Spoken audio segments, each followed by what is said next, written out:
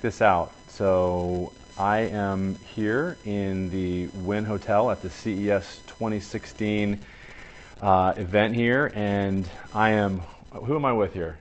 Ian McCoy, senior producer for Livestream. Ian McCoy. So Ian, why should we be paying attention to the movie? The movie. Sorry. What the movie has done is made live multi-camera editing available to anyone at any price range. So for a long time, there's only been two levels of video. There's been you shooting something with your phone. It looks okay, but not great. And then there's pro solutions, multi-camera switchers, all that types of stuff. With that, you usually need a very large budget, $100,000 maybe even to buy 5 cameras, switcher, all that stuff. Right. What the Movi has done is allowed you at a $400 price point to get one camera that then you can, using the companion app, make look like up to 9 cameras at once and cut a multi-camera show live, all from your iPhone or iPad. That's really powerful. So one of the biggest challenges that I have as a live streamer is being able to create content on the fly like that and be able to edit really on the fly by zooming in, zooming out, doing basically a multi-camera shot. And the way I'm envisioning this as a scoper, I'm periscoping right now.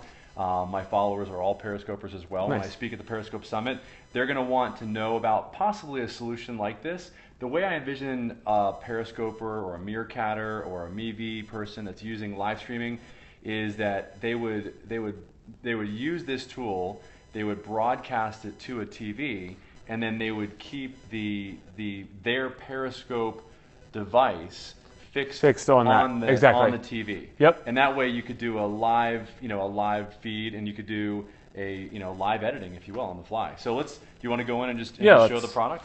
Okay. So on this phone right here, we have some content we shot with the Movi. So it's 4K data. And then up here is our program window. So that's the show that we've cut. And that's going to be 720. It's a 4K sensor, 150-degree lens on it. And that's the actual the camera itself. The Movi. And it actually you can put it up on a stand.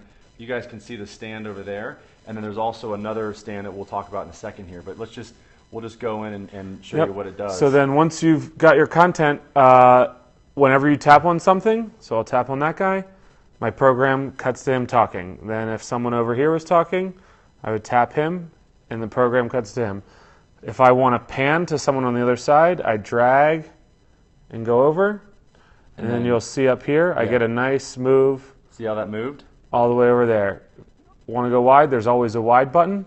And you guys got to keep watching.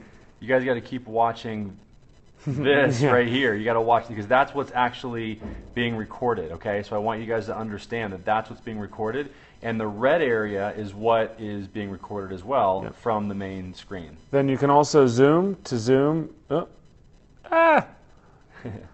back to wide. To zoom, you pinch.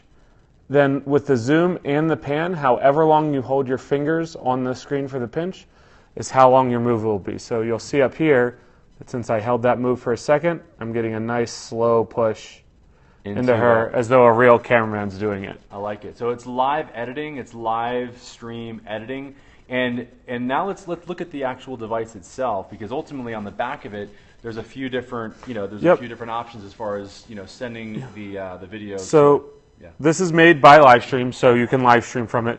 But the live editing sometimes is a super helpful tool as well, even if you don't want to live stream. So you have a couple recording options. If you hit the record button in the app, you can either record to a mini SD card that's right here on the back of the camera, or you can set it to record right to your videos folder on your phone, which makes it a little bit easier, for quick sharing afterwards if you want to post the VOD to Facebook or Twitter or wherever else you may want to post the video for people to watch after the live record or stream part is over. Gotcha. Now, obviously, you've been seeing me use the Olo clip. What I use to zoom in and zoom out live and live stream is the actual lens itself. So I take it on, put it off. I've got a fisheye on this side, then I've got a wide angle lens on the other side. Yeah, it's cool. But I mean, this is more of a a higher end production quality. It's gonna create definitely create a better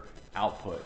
Yeah, I mean, no matter how interesting content is, if your favorite person in the world is talking for an hour, at some point you're going to get bored if it's a fixed shot of them talking for an hour. I use the example for you with football. Right. No one would watch football if it was a wide shot of the field Right. for a 3-hour game. You watch it because you get to see all the cool things and the shot changing. Like, we have ADD as a as a nation, Right. as a planet, and this, just makes your content so much better at such a entry-level price point. It makes it pop, and because people want to see that movement of the camera.